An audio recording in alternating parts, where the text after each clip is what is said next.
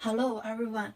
There are many traditional cultures in China which have been handed down from ancient times to the present day. Opera is also an important part of them. So to understand Chinese culture, it's important to know something about opera. Today I'm going to tell you something about Kunqu opera. Kunqu opera is one of the oldest operatic forms in China and is considered the mother of many other types of traditional operas.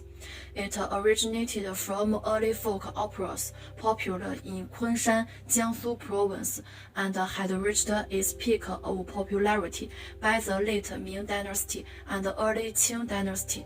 Kunqu opera as early as in the late Ming Dynasty and at the beginning of Qing, which is produced in Kunshan in Jiangsu province. It originated in Zhejiang area of sea salt cavity, Yuyao cavity, and originated in Jiangxi.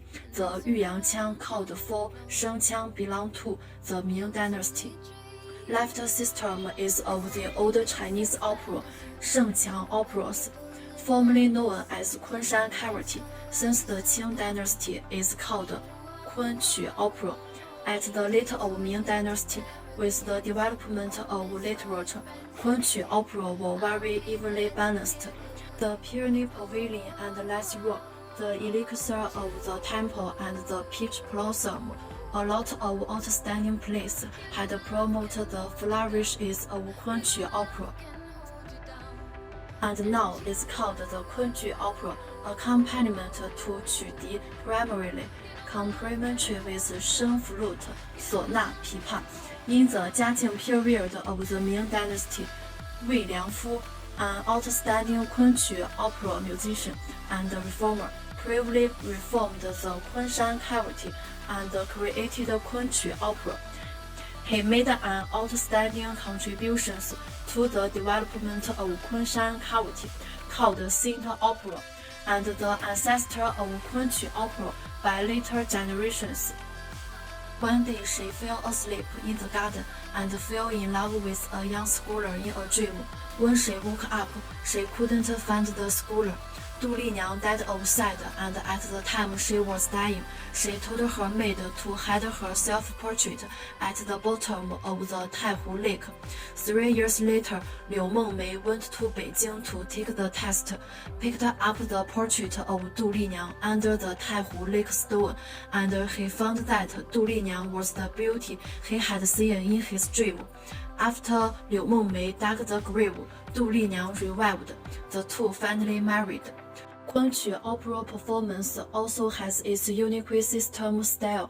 The biggest characteristics is a strong lyricism. Movement is exquisite, singing and dancing slim with clever and harmony.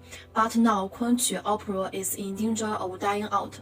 Kunqu opera is the crystallization of national wisdom.